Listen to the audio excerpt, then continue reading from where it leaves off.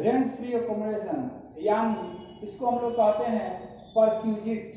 जब एम्प्लॉयर के द्वारा एम्प्लॉय को फैसिलिटी के रूप में, सुविधा के रूप में कुछ दिया जाता है, उसको हम लोग RFH कहते हैं, रेंट फ्री अकोमोडेशन कहते हैं। बहुत सारे सुविधाएं दिए जाते हैं, बट हम लोग जो पढ़ने जा रहे हैं परक्यूजिट में एक पार्ट जिसको RFH रेंट फ्री हाउस, यानी एम्प्लॉयर के द्वारा एम्प्लॉय को फ्लैट मकान, पैसा न दे करके मकान दे रखा है, उसको हम लोग फैसिलिटी मानते हैं। यानी यहाँ पर RFH को दो पार्ट में बांटा गया है। Government employ amount determined as per government rule. अगर कोई गवर्नमेंट एम्प्लॉय हो तो उसको गवर्नमेंट रूल को अप्लाई करना होगा, और अदर एम्प्लॉय होगा तो उसको दो रूल को फॉलो करना होगा। accommodation owned by the employer in a city having a population, accommodation hired by the employer in the case hire charge और 15% of salary whichever is less। इसका मतलब क्या होगा, ध्यान से समझिएगा। Government employ amount determined as per government rule, यानी government employ को जो भी RFH मिलता है वो पूरे तरह से टैक्स फ्री होता है, यानी टैक्स में छूट। इसको बोल सकते हैं टैक्स फ्री, इसको बोल सकते हैं टैक्स फ्री। ये टैक्स फ्री होता है, यानी इसीलिए लोग गवर्नमेंट एम्प्लॉय बनना चाहता है कि हमारा टैक्स न लगे। चलिए, तो ये टैक्स फ्री हो गया। अदर एम्प्लॉय के दो पार्ट, अगर एम्प्लॉयर गवर्नमेंट नहीं है तो वो अपने एम्प्लॉय को कैसे RFH देगा, तो दो पार्ट में बांटा गया है। Accommodation on by the employer, यानी मालिक का, एम्प्लॉयर का खुद का मकान है और वो दे रखा है किराए, दे रखा है अपने एम्प्लॉय को सुविधा के रूप में, तो वो सुविधा के रूप में फ्री में दिया है। लेकिन जो इनकम आपका बच रहा है, जो रेंट बच रहा है, उसको इनकम मानकर एम्प्लॉयर आपसे टैक्स लेगा। वो कैसे टैक्स लेगा वो समझिएगा ध्यान से। अगर उसका एम्प्लॉयर का खुद का मकान है तो किराया पर आपको दिया है, बट किराया नहीं दे रहा है, वो किराया आपका इनकम में जोड़ रहा है। अप टू 10 लाख पॉपुलेशन, ऐसे शहर में मकान आपको दे रखा है जिसका पॉपुलेशन अप टू 10 लाख। और एक चीज ध्यान रखिएगा, हम लोग जो कैलकुलेशन कर रहे हैं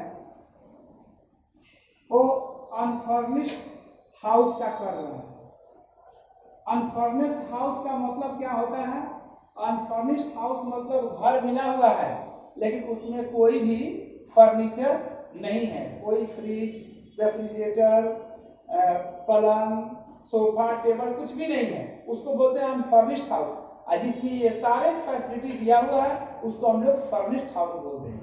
जब भी RFH का कैलकुलेशन करेंगे तो हमेशा हम लोग अनफर्निश्ड का पहले करेंगे, और अनफर्निश्ड हाउस का वैल्यूएशन करने के बाद उसमें मिला हुआ सुविधा का, मिला हुआ फैसिलिटी का, मिला हुआ फर्नीचर के कॉस्ट का 10% अनफर्निश्ड हाउस में जोड़ देंगे तो वो फर्निश्ड हाउस कहलाएगा।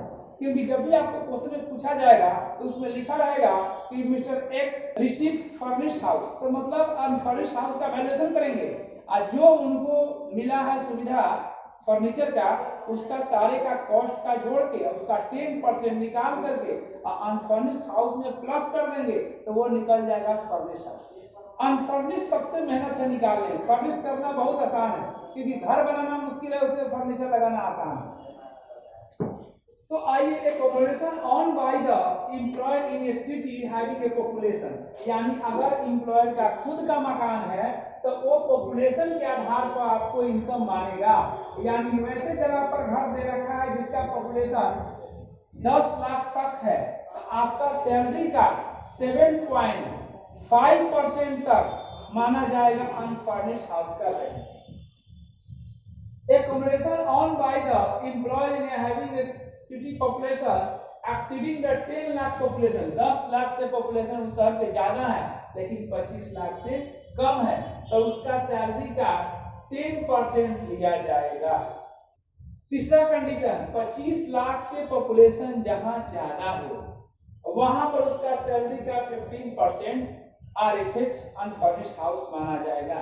यानी आप समझ गए होंगे कि सरकारी नौकरी करने वाला को जो RFH मिलता है उस पर कोई टैक्स नहीं लगता है। अदर एम्प्लॉय के दो पार्ट, एक पार्ट जो एम्प्लॉयर नौकरी पर रखा है उसका खुद का मकान है तो तीन कंडीशन, 10 लाख से कम पॉपुलेशन तो 7.5% ऑफ सैलरी पर टैक्स लगेगा।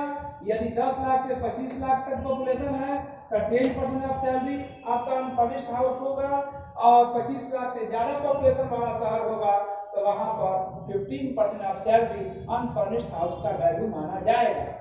बट यदि उसका मकान एम्प्लॉयर का नहीं है, अगर मान लीजिए कि स्टेट बैंक ऑफ इंडिया है, वो अपने एम्प्लॉय को देना चाहता है हाउस, लेकिन वो उसका अपना हाउस नहीं है, तो क्या किराया को लेकर नहीं दे सकता है? बिल्कुल दे सकता है। तो उसके लिए रूल है accommodation hired by the employer in the case hire charge और 15% ऑफ सैलरी।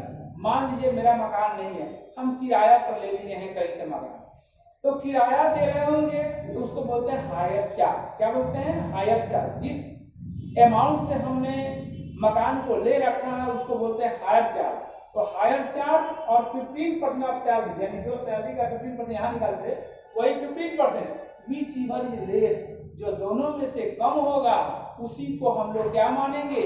अनफर्निश्ड हाउस का वैल्यू। यानी दो पार्ट में बांट दिए, एक अपना मकान, एक किराया पर लेकर एम्प्लॉयर एम्प्लॉय को देता है, तब 15% ऑफ सैलरी या higher charge whichever is high less. यानी अगर मान लीजिए एम्प्लॉय के लगे कि नहीं ज्यादा किराया पर लेके हमको दे रखा है, नहीं लेंगे, तो हम बोलते हैं कि भाई तुम्हारे सैलरी का 15% और जितना किराया हम दे रहे हैं वो दोनों में से कम होगा, वही तुम्हारा अनफर्निश्ड हाउस का वैल्यू माना जाएगा। और जितना वैल्यू आएगा उसको फर्निश्ड हाउस बनाना है, where furnished accommodation is provided at 10% per annum of the cost of furniture। जो भी फैसिलिटी आपको मिला है उसका कॉस्ट का 10% निकालेंगे और हम लोग अनफर्निश्ड हाउस में ऐड कर देंगे, जो आएगा उसे हम लोग क्या बोलेंगे? Furnished house. चलिए, तो ये आपका RFH टॉपिक था, ये खत्म हो गया, कंप्लीट हो गया। Thank you.